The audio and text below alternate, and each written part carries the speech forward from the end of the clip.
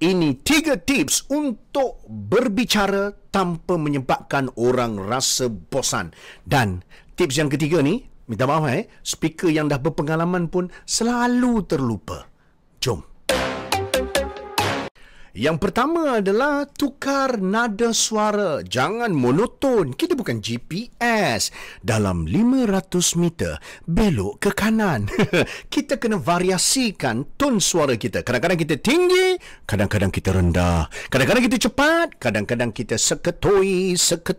Ini yang akan menjadikan bicara anda tak membosankan. Tips yang kedua adalah gunakan soalan untuk rangsang telinga, untuk rangsang minda. Bila kita tanya soalan kepada audiens, mereka akan mula relatekan diri mereka kepada kita punya bicara. Dan kadang-kadang satu soalan saja telah merangsang otak mereka untuk fokus dengan kita. Contohlah, kita tanya soalan, pernah tak tuan-tuan dan perempuan waktu berada di atas pentas tiba-tiba lidah ni dia jadi kelu, dia jadi macam kebas, dia jadi macam tak boleh nak bercakap? Pernah tak?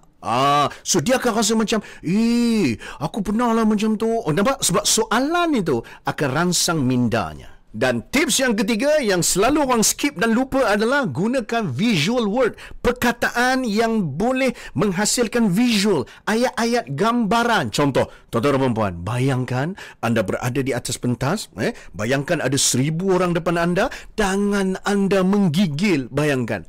So perkataan bayangkan itu mengajak orang untuk visualize akan sangat-sangat membantu. Mereka akan rasa bicara anda macam sedang menonton satu filem dan mereka sendiri yang mencipta filem tersebut. Apa? Ingat,